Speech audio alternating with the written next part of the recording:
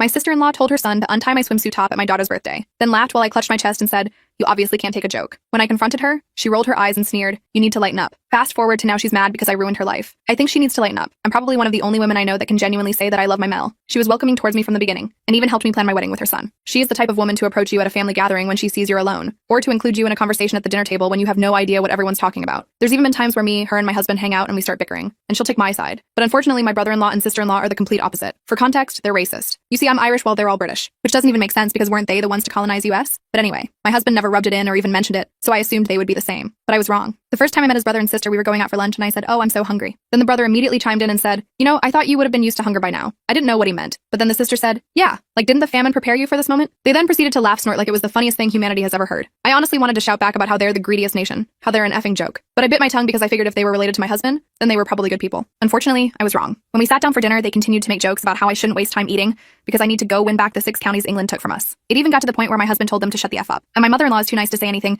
but she completely ignored them for the rest of the day. My husband spent the entire car ride home apologizing on their behalf. He told me that they had always been the type to gang up on people and bully them, but he genuinely thought that they had changed. After that, my husband promised that we would go low contact with them, and my mother-in-law promised to warn us if they'd be at any event in future. That's when I knew I had chosen the right man to marry. Before I continue, you should probably know that I was born and raised in the foster system, meaning my husband's family was all I had. Okay, now back to the story. Fast forward to a year later when our baby girl was born. I had no choice but to have my sister-in-law and brother-in-law in the birthing room, alongside my mother-in-law and husband. When labor started, my mother-in-law practically shoved them out of the room, and so my mother-in-law and husband were the one holding my hands when baby Isabella was born. She was so beautiful, and my mother-in-law practically became a live-in babysitter while we raised her. But one day, I couldn't call off work and my mother-in-law was sick. So in a moment of panic, I called my SEL. Even though I hated her, she had a kid of her own. So I figured that she would be prepared to take care of my baby well. She agreed, and I came home from work that day to a fully cleaned house with freshly cooked dinner on the table and a smiling Isabella. From there, our relationship began to be rebuilt. Because if you can make my baby girl happy, then you automatically gain 20 positive points in my books. By that point, Isabella was 5, while my SIL's son was 7, and my BIL's was 6. So they frequently hung out for playdates and sleepovers at our house, mainly because I always wanted my child to have the big family I never had.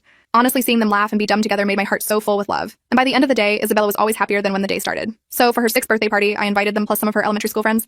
It was at the local water park, which was ideal. Kiddie pools, smaller slides, dozens of lifeguards. I thought my biggest issue would be making sure that they didn't run and fall on the poolside surface, but I was wrong. It happened when we were in the pool. I was working with my daughter on swimming, laughing as she tried to splash water on my face when I felt it. A tug of my strings of my top untying it. At this exact moment, Isabella began to swim away, and my instinct kicked in, and I extended my arms to bring her back. Next thing I knew, I had accidentally flashed the entire pool with my chest, full cherries out. I screamed and turned around, accidentally hitting the son of my SEL. This all happened in the span of 5 seconds. He screamed and all heads turned our way, and so I took him and Isabella out of the pool. Daniel, Sil's son's name. What happened? I'm sorry mommy told me to do it. She didn't tell me you'd get mad. Anger boiled my blood. Next thing I knew, people were coming up to me and telling me I should be ashamed of laying hands on a child, that I deserved to rot. Suddenly my Bill's son ran up to where we were standing and pushed over Isabella. Now I was livid. Dylan appeared out of nowhere, having heard the commotion from the snack bar. He took one look at Isabella crying, me clutching my top, and the crowd forming around us, and immediately knew something was wrong. I quickly told him what happened as he helped me get a towel wrapped around me. "Where's Emma?" he demanded, his face turning red with anger. I spotted her standing off to the side with Thomas, both of them smirking at my humiliation and my daughter's pain. Dylan marched over to them while I comforted Isabella. "What the hell is wrong with you two?" I heard him yell. "You got a 6-year-old to untie my wife's swimsuit? And you," he turned to Thomas, "told your kid to push Isabella on her birthday?" Emma rolled her eyes. "It was just a joke, Dylan. Lighten up. Your wife obviously can't take a joke, just like she can't control her temper around children." By this point, several parents were watching the scene unfold. Some looked confused, others judgmental. I felt like I was going to throw up from the humiliation. Martha had been in the bathroom during the incident, but she came rushing over when she saw the commotion. "What's happening?" she asked, immediately kneeling down to check on Isabella's knee. "Your children are what's happening," Dylan snapped. "They got Nathan to untie Siobhan's top and then Ethan pushed Isabella." Martha's face fell. She looked at Emma and Thomas with an expression I'd never seen before. Not just disappointment, but genuine shock. "Is this true?" she asked them. "We were just having a bit of fun." Thomas shrugged. "The Irish girl needs to lighten up." I couldn't believe they were still going with the Irish jokes, even after what they'd done. Dylan grabbed Isabella's birthday cake from the party area and told everyone the party was over. He apologized to the other parents and kids while I took Isabella to the changing room to get dressed. The ride home was tense. Isabella had stopped crying but was unusually quiet. Martha sat in the back with her, trying to cheer her up by talking about the presents she still had to open at home. Dylan gripped the steering wheel so tight his knuckles were white. "I'm so sorry," he kept saying. "I should have known they'd pull something. I just didn't think they'd stoop this low or involve the kids." "It's not your fault," I told him, though I was still shaking with anger and embarrassment. "But this is it. I'm done trying with them. They're not welcome in our home or around Isabella anymore." Dylan nodded grimly. "I agree. This was the last straw." When we got home, we tried to salvage what was left of Isabella's birthday. We opened presents, had cake, and watched her favorite movie. She seemed to bounce back pretty quickly, the way kids do, but I couldn't shake the sick feeling in my stomach. After Isabella went to bed, Dylan, Martha, and I sat at the kitchen table. Martha looked exhausted and ashamed. "I don't know what's wrong with them," she said quietly. "I didn't raise them to be like this." "It's not your fault," I assured her, reaching for her hand. "Some people just choose to be cruel." "I'm going to talk to them," Martha said firmly. "This behavior is unacceptable." Dylan shook his head. "Talking won't help, Mom. We've tried that. They're not going to change." "So what are you saying?" Martha asked, her voice breaking slightly. "I'm saying we've cut them off, and we're sticking to the decision," Dylan replied. "No more family gatherings if they're there. No more chances. This has shown me that our choice was more than correct the first time." Martha looked torn, and I understood why. They were still her children, no matter how awful they were. But Isabella was her granddaughter, and she'd been hurt too. "I understand," she finally said. "I'll make sure to let you know if they'll be at any family events." That night, after Martha went home, Dylan and I lay in bed, both too wired to sleep. I'm sorry your family turned out to be such a nightmare, I said. Dylan pulled me close. You and Isabella are my family, my real family, and I'll always choose you. I believed him, but something told me this wasn't over. The look in Emma's eyes when we left the water park wasn't just smugness, it was hatred, and I had a feeling things were about to get much worse. I was right about things getting worse. The next morning, I woke up to 17 missed calls from Emma and a string of texts calling me an overreacting bitch who can't take a joke. I showed Dylan, who just shook his head and blocked her number from my phone. He did the same with Thomas's number too. I felt a weight lift off my shoulders, knowing I wouldn't have to deal with their bullcrap directly anymore. The morning light filtered through our bedroom curtains as I deleted the notifications, each disappearing message feeling like a small victory. But that relief didn't last long. 3 days after the water park disaster, I was getting Isabella ready for school when the doorbell rang. The sharp, insistent sound made me freeze. Something in my gut told me this wasn't going to be good. I opened it to find Emma standing there with Nathan, both wearing these fake A's smiles that made my skin crawl. Emma's hair was perfectly styled, her makeup flawless. The picture of suburban motherhood that I knew was just a facade. We came to apologize, Emma announced, pushing past me into the house before I could stop her. Nathan trailed behind, looking at the floor, his small shoulders hunched with discomfort. Dylan was already at work, so it was just me facing them. I crossed my arms and stayed by the door, keeping it wide open as a not-so-subtle hint. The cool morning air drifted in, raising goosebumps on my arms. Isabella's getting ready for school. We don't have time for this, I said, my voice steadier than I felt. Emma ignored me completely, walking around our living room like she was inspecting it. Her manicured fingers trailed over our family photos, lingering on one of Dylan and me on our wedding day. Nathan has something he wants to say to Isabella, don't you, sweetie? Before I could protest, Isabella came bouncing down the stairs in her school uniform, her backpack clutched in her small hands. She stopped dead when she saw Emma and Nathan, her smile disappearing instantly. The way her body tensed broke my heart. Isabella, honey, Nathan wants to say sorry for what happened at your party, Emma said in the sickly sweet voice that dripped with insincerity. Nathan mumbled something that sounded vaguely like sorry,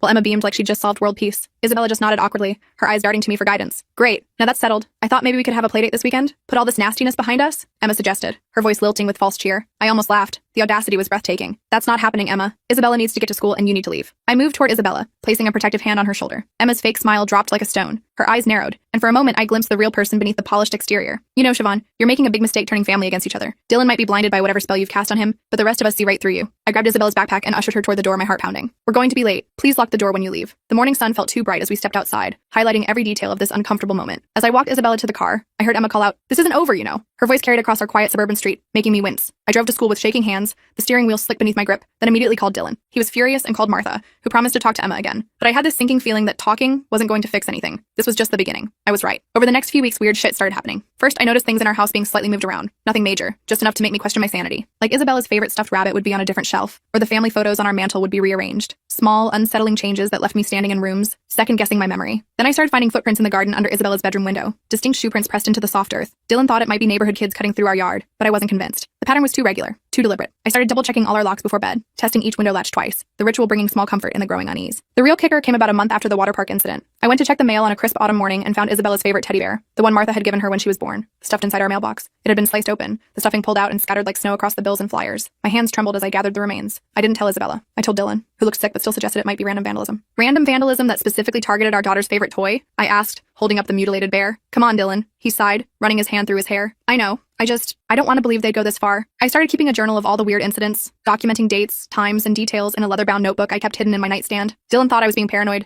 but I needed to document everything, just in case. The growing collection of entries made a disturbing pattern even clearer. Then one Tuesday afternoon, Isabella came home from school acting strange. She was quiet during dinner, pushing her food around her plate instead of chattering away like usual. The scrape of her fork against the ceramic was the loudest sound in our kitchen. After Dylan went to take a shower, I sat next to her on the couch, the cushions dipping as I pulled her close. Hey, sweetie, is everything okay? Did something happen at school today? I asked, brushing her hair back from her forehead. She looked down at her hands, small fingers twisting together. Aunt Emma came to school today. My blood ran cold, a chill spreading through my body. What do you mean she came to school? She was at the office when we were coming in from recess. She told the lady at the desk she wanted to take me for lunch, but the lady said no because Aunt Emma wasn't on the list. Isabella looked up at me with worried eyes, wide and uncertain. Was I supposed to go with her? I pulled her into a hug, trying to hide how freaked out I was, my heart hammering against my ribs. No, baby. You're never supposed to go with anyone unless Daddy or I tell you it's okay, even if it's family. When Dylan got out of the shower, water still clinging to his hair, I told him what happened. He went white, then red with anger. He immediately called the school and confirmed that yes, Emma had shown up claiming she was there to take Isabella out for a special lunch. Thankfully, the school followed protocol and refused since she wasn't on our approved pickup list. That's it, Dylan said after hanging up, his voice tight with controlled fury. We're getting a restraining order. We filed a police report the next day, but without any concrete evidence of threats, they couldn't do much. The officer, a middle-aged woman with sympathetic eyes,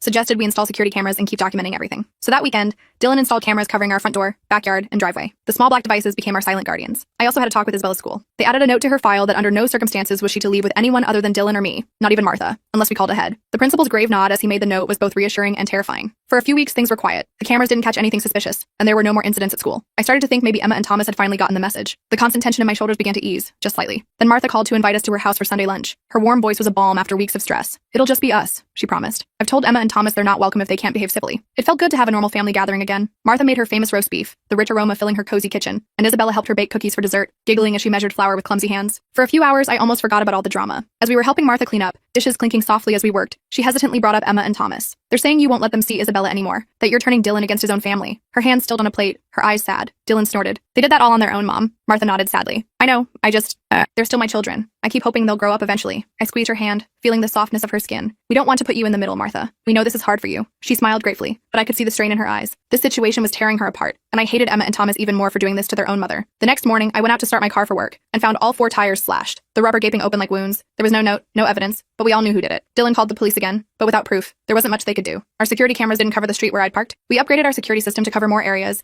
and added motion sensor lights that bathed our property in harsh brightness at the slightest movement. Dylan started checking in with me multiple times a day, and I did the same with him. We became hyper-vigilant about Isabella, never letting her play outside alone and changing our routines so they'd be less predictable. Martha was the only family member we still saw regularly. She came over for dinner at least once a week and often watched Isabella after school. I was grateful for her support, but I could tell the situation was wearing on her. She looked older, more tired every time I saw her, new lines etched around her kind eyes. About 2 months after the water park incident, Martha called to invite us to her house for her birthday dinner. "Emma and Thomas will be there," she admitted, her voice hesitant. "But I've made them promise to behave. It's my birthday wish to have all my family together without fighting." Dylan and I debated whether to go, sitting at our kitchen table late into the night. I didn't want to disappoint Martha on her birthday, but I also didn't trust Emma and Thomas as far as I could throw them. "We'll go," Dylan finally decided, his face resolute. "But we'll leave at the first sign of trouble, and Isabella stays with one of us at all times." The dinner was tense from the moment we arrived. Emma and Thomas were already there with their kids, and the fake smiles they plastered on when we walked in made my skin crawl. Martha had made a beautiful spread, the dining table laden with her best dishes, and we all sat down to eat with this horrible forced politeness hanging over everything like a storm cloud. It was during dessert, as Martha served her homemade apple pie, that Thomas decided to break the tension. "So, Siobhan, I hear you've been having car trouble lately. That's too bad." His smile didn't reach his eyes. I stared at him, fork suspended midair. "Yeah, it's almost like someone deliberately slashed my tires." He smirked, taking a deliberate bite of pie. "Well, you know what they say about paranoid people. They usually deserve what's coming to them." Dylan's fork clattered onto his plate. "What the hell is that supposed to mean?" Emma jumped in, her voice honeyed poison. "Oh, calm down, Dylan. He's just making conversation.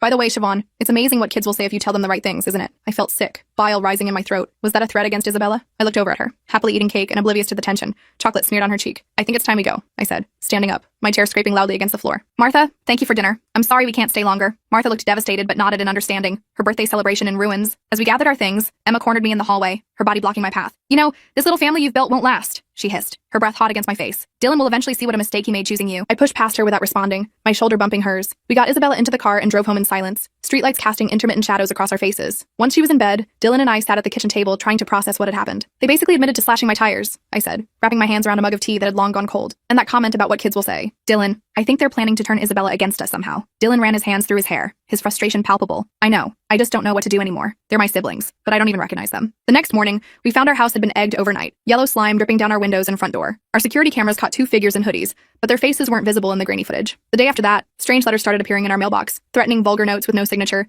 the words cut from magazines in a disturbing collage. I added them to my growing file of evidence, the folder bulging with proof of harassment. Then came the call from Isabella's school that made my blood run cold. Someone had called pretending to be me, saying Isabella needed to be released early for a doctor's appointment. Thankfully, the school secretary recognized that the voice didn't match mine, and refused. When the caller got angry, they hung up and called me to verify. I was shaking as I picked Isabella up from school that day, my knuckles white on the steering wheel. Someone had tried to take my child. I knew in my gut it was Emma, but I couldn't prove it. The thought of what might have happened if the secretary hadn't been so diligent haunted me. That night, Dylan and I made a decision. We called Martha and asked her to come over. When she arrived, her face lined with worry, we sat her down and laid everything out. The slashed tires, the egging, the threatening notes, and now the attempt to take Isabella from school. "We need you to choose a side, Martha," Dylan said gently, taking his mother's hands in his. "We love you, but we can't keep putting Isabella at risk." Martha looked heartbroken, tears welling in her eyes. "They're my children, Dylan. All of you are. I can't choose." "Then we have to," I said, my voice firm despite the ache in my heart. "We're cutting off all contact with Emma and Thomas. Completely. And if that means we can't see you either because they'll be around, then that's what has to happen." Tears streamed down Martha's face, carving paths through her makeup. "Please don't do this. I'll talk to them again. I'll make them understand." Dylan took her hand. "Mom, you've been trying to make them understand their whole lives. It hasn't worked. We have to protect our daughter." Martha left that night still crying, and I felt terrible. She was the only mother figure I'd ever had,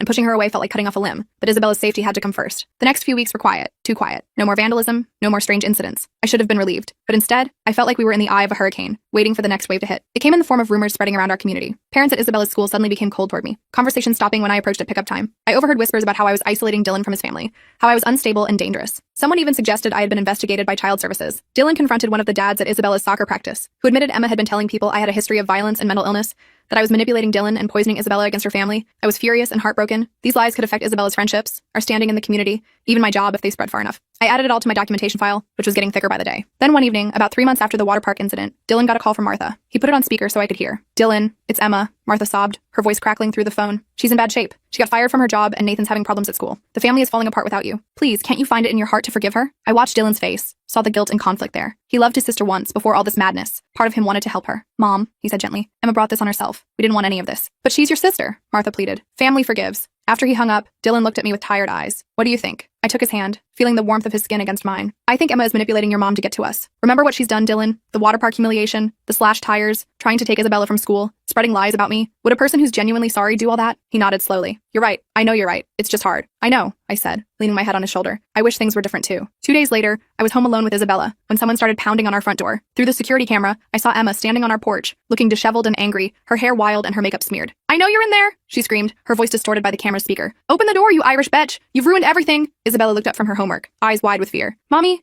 why is Aunt Emma yelling?" I guided her upstairs to her room, my arm protective around her shoulders. "Aunt Emma is having a bad day, sweetie. Stay up here and finish your homework, okay? I'll handle it." I called Dylan, who said he was on his way home, then called the police. Emma was still screaming and pounding on the door when they arrived, her fists making the wood rattle in its frame. I watched through the window as they talked to her, as she gesticulated wildly and pointed at our house. Eventually, they escorted her to a patrol car and drove away, the red and blue lights flashing across our living room walls. When Dylan got home, we went to the police station to file for a restraining order. This time, with Emma's public meltdown and all our documented evidence, they granted it. Thomas was furious and started posting lies about us online, but it backfired when several neighbors who'd witnessed Emma's meltdown defended us. The restraining order seemed to be the wake-up call Emma and Thomas needed. The harassment stopped. No more vandalism, no more strange incidents, no more rumors. We still kept our security measures in place, but for the first time in months, I started to relax. Martha still saw Emma and Thomas, but she respected our boundaries and never brought them to events where we would be present. It was an uneasy peace, but it was peace nonetheless. 6 months after the water park incident, we had Isabella's 7th birthday party at home. Just a small gathering with her school friends and Martha. No drama, no chaos. Just a normal, happy celebration. As I watched Isabella blow out her candles, surrounded by friends and genuine love, I realized we'd made it through the storm. That night, after everyone had gone home and Isabella was asleep, Dylan and I sat on the porch swing, his arm around my shoulders. The gentle creaking of the chains matched the rhythm of our breathing. "I'm sorry my family turned out to be such a nightmare," he said, echoing what I'd said months ago. I leaned into him, breathing in his familiar scent. "Not all of them. Martha is amazing. And you're pretty okay too, I guess." He laughed, kissing the top of my head. "We're going to be okay, aren't we?" I nodded, watching the stars appear in the darkening sky, pinpricks of light in the vast darkness. "Yeah, we are." I didn't know then that our troubles with Emma and Thomas weren't completely over, that there would be one final confrontation that would change everything. But in that moment, with Dylan's arm around me and Isabella sleeping safely upstairs, I believed we could handle whatever came next. I was right about our troubles with Emma and Thomas not being completely over. The peace lasted about 3 months after Isabella's birthday party. I started sleeping better, stopped jumping at every noise, and even took down some of our security cameras, though Dylan insisted we keep the main ones up. Life was getting back to normal, or whatever passes for normal after all that drama. Then one afternoon, I got a text from Martha asking if she could stop by. She showed up looking nervous, fidgeting with her purse strap as she sat at our kitchen table. I made her tea, noticing how her hands shook slightly when she took the mug. "Emma and Thomas want to apologize," she blurted out. "For real this time. They've been going to therapy and they realize how terrible they've been." I nearly choked on my own tea. "Martha, we've been down this road before." I know, she said, her eyes pleading. "But they seem different now. Emma's even stopped drinking. They want to meet somewhere public, just to talk." I told her I'd discuss it with Dylan, but I already knew what his answer would be. Sure enough, when he got home from work and I told him, he laughed so hard he had to sit down. "Absolutely not," he said, wiping his eyes. "They can apologize by continuing to stay the hell away from us." Martha kept pushing over the next few weeks. She'd drop little comments when she came over to see Isabella, about forgiveness, about family, about how Emma was really changing. I felt bad for her. She was stuck in the middle, loving all her children, but watching them refuse to be in the same room. Then one Saturday morning, Dylan got a call from Thomas. He almost didn't answer, but curiosity got the better of him. He put it on speaker so I could hear. "Dylan, it's me," Thomas said, his voice different than I remembered, less smug, more subdued. "I know you probably don't want to talk to me, but I need to say something." Dylan didn't respond, just waited. I fucked up. We both did. Emma's worse than me, but I went along with everything, and that makes me just as bad. He paused, and I could hear him taking a deep breath. "I'm sorry. For the water park. For the harassment. For all of it. I was a racist a-hole to Siobhan from day one, and there's no excuse for that." Dylan looked at me, eyebrows raised. I shrugged, not sure what to make of this. "Why now?" Dylan finally asked. "My wife left me," Thomas said flatly. "Took Ethan with her. Said she couldn't be married to someone who would terrorize his own family." Hearing it put that way, it was a wake-up call. After Dylan hung up, we debated whether Thomas was being sincere. It sounded genuine, but we'd been fooled before. We decided to keep our distance, but not slam the door completely shut. A week later, I was grocery shopping when I literally ran carts with Emma in the produce section. My heart immediately started racing, and I looked around for the nearest exit. But Emma looked different. Her usual perfect appearance was gone, replaced by messy hair and no makeup. She looked smaller somehow. "Siobhan," she said, her voice quiet. "I know you have a restraining order. I'll leave. I'm sorry." She turned to go, but something made me call after her. "Emma, wait." She stopped, looking back with surprise. "Are you really in therapy?" I asked. She nodded. "Twice a week. Turns out I have some serious issues with jealousy and control." She gave a sad little laugh. Who would have thought, right? I didn't know what to say, so I just nodded and watched her walk away. When I told Dylan about the encounter, he was skeptical, but admitted it was weird to hear Emma acknowledge her problems. We decided to meet Thomas for coffee the following weekend. Just Dylan and me, no Isabella, in a public place. I was nervous the whole morning, changing my outfit 3 times and feeling sick to my stomach. Dylan kept asking if I was sure I wanted to go, and honestly I wasn't. But I was was tired of living in fear, tired of the constant tension. Thomas was already at the coffee shop when we arrived, sitting at a corner table with 3 cups in front of him. He stood up awkwardly when he saw us, his usual confidence gone. "I got you both coffee," he said. "I remembered how you take it, Dylan, but I wasn't sure about you, Siobhan, so I got it black." "Black is fine," I said, sitting down cautiously. The chair felt uncomfortably hard beneath me, or maybe that was just my nerves. The conversation was stilted at first. Thomas apologized again, explaining that after his wife left, he started really looking at his behavior. He admitted that he and Emma had always resented Dylan for being their mother's favorite, and when Dylan married me, an Irish woman, it gave them an easy target for their resentment. "It's not an excuse," he said, staring into his coffee. "Just an explanation." I asked the question that had been bothering me for years. "But why the Irish thing? It's so random." Thomas looked genuinely ashamed. Our dad was like that, always making jokes about the Irish, the Scots, anyone he considered beneath him. We grew up hearing it, thought it was normal. He shook his head. I don't want Ethan growing up thinking that kind of hate is okay. By the end of the coffee, I wasn't ready to forgive Thomas, but I believed he was genuinely trying to change. Dylan seemed to feel the same way. We agreed to a trial period. Occasional supervised visits with Isabella, always in public places, always with both Dylan and me present. Emma was a different story. Thomas told us she was still struggling, still angry at times, but working on it. We weren't ready to see her yet, and Thomas understood. The first meeting with Thomas and Isabella was at a park. Isabella was wary at first, hiding behind my legs, but Thomas had brought a kite and soon they were running around trying to get it airborne. It was strange seeing him act like a normal, decent uncle. Martha was overjoyed that we were giving Thomas a chance. She came to many of our meetings, her face glowing as she watched her son and granddaughter play. I could tell she was hoping we'd eventually include Emma too, but she didn't push it. 3 more months passed with these careful, limited interactions. Thomas continued to show he was changing. He stopped making racist jokes, started asking thoughtful questions about Irish culture, and always respected our boundaries with Isabella. Then one day Martha called in a panic. Emma had been in a car accident and was in the hospital. She wasn't critically injured, but she was asking for Dylan. "You don't have to go," I told him, but I knew he would. Despite everything, she was still his sister. Dylan went alone the first time. He came back looking thoughtful, telling me Emma had been different, humbled, quieter, genuinely remorseful. I wasn't convinced, but I agreed to go with him the next day, leaving Isabella with Martha. Walking into Emma's hospital room was surreal. She looked small in the bed, her face bruised from the airbag. When she saw me, tears immediately filled her eyes. "I didn't think you'd come," she said. "I almost didn't," I replied honestly. Emma didn't make excuses. She didn't try to minimize what she'd done. She just apologized, over and over, her voice breaking. "The accident had been a wake-up call," she said. "She'd been drinking again, driving when she shouldn't have been. She could have unalived someone. I've been so angry for so long," she said, wiping her eyes. "At Dylan for being mom's favorite. At you for being the kind of person I know I should be but aren't. At myself for being such a horrible person." I didn't know if I believed her, but the Emma I knew would never have admitted to being anything less than perfect. This vulnerability seemed real. We started including Emma in our meetings with Thomas, always in public, always carefully monitored. She was awkward with Isabella at first, clearly unsure how to act around a child she tried to hurt, but Isabella, with her incredible capacity for forgiveness, eventually warmed up to her. It wasn't all smooth sailing. There were times when Emma would say something that set off alarm bells, or when Thomas would make a joke that crossed a line. Each time, Dylan and I would pull back, reduce contact, make it clear that their access to our family was conditional on their behavior. About a year after the water park incident, we invited Thomas and Emma to our house for dinner. It was the first time they'd been in our home since everything happened. Martha came too, her face a picture of happiness as she watched her children sitting at the same table without fighting. After dinner, while Dylan and Thomas were washing dishes and Martha was playing with Isabella in the living room, Emma asked if she could talk to me privately. We stepped out onto the back porch, the cool evening air raising goosebumps on my arms. "I need to tell you something," she said, her voice serious. "I was the one who slashed your tires and egged your house, and I did try to pick Isabella up from school that day." I stared at her, my body tensing.